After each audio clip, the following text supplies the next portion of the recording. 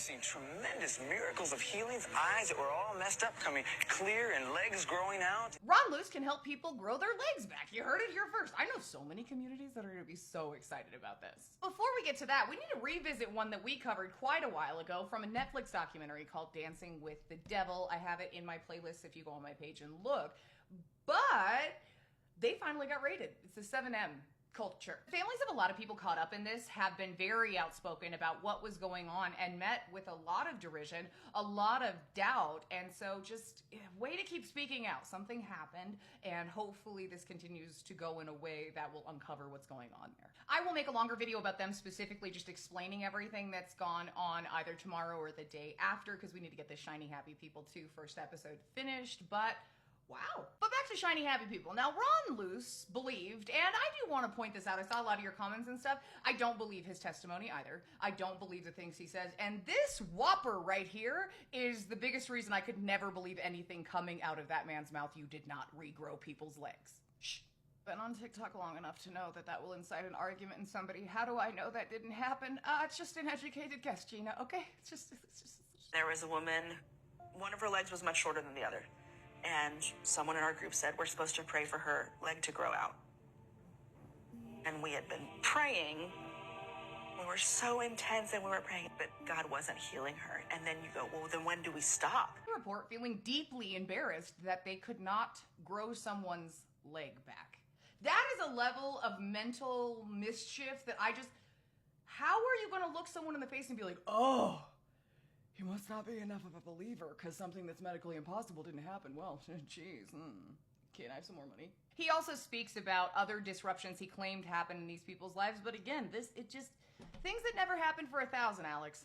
Everyone in the village came up and the whole village was saved. They were tearing down their temples and building churches in their places, and it was just amazing. See, I will never understand going into someone else's home. Now, I could see maybe if you're there, there's some kind of relief, you're helping people build houses, you leave all that stuff out of it, cool.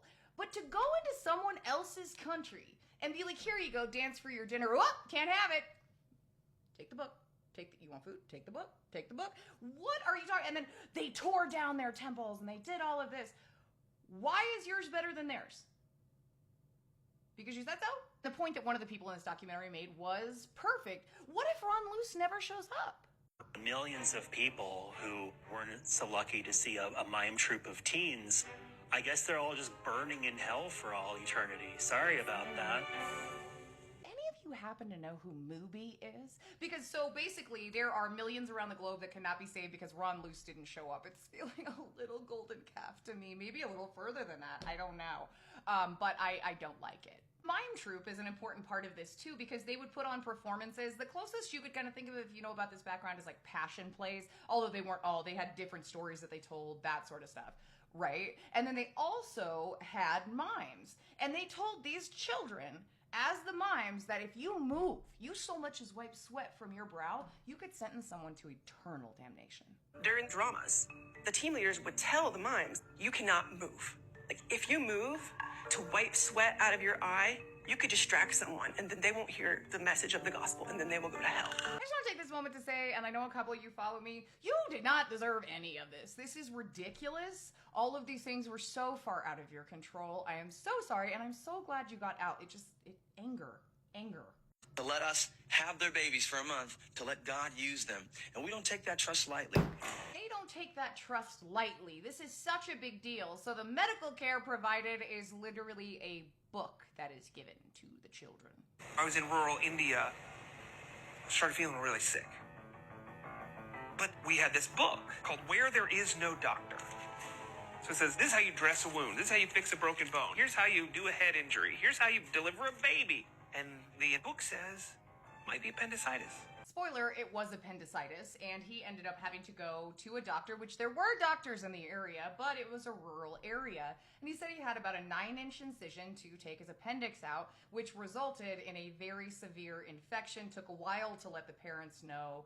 Just a horror story. Ron knows this could get him in some deep situations, so he shows up, he lays hands, tells him, you are one of his strongest soldiers. Look at what you're going through. So the manipulation continues, and this person actually ends up going to the intern program very shortly thereafter. Honor Academy, a one-year internship for committed young adults who are driven to find their purpose and make a difference with their lives. That's basically episode 1, so that's where I leave you today. Tomorrow we will probably be doing 7M, and then we'll go back into the rest of this. This was the light stuff, though. Just warning you, and if, you see a lot of yourself in these videos, and it's a lot, take a bath, take a health day, do whatever you can for you. Even if you gotta work today, go just get yourself a little sweet treat or something, because I'm sure it's bringing up a lot of stuff, and you're valid, you're amazing, and you never deserved anything that happened. I hope you have a good day.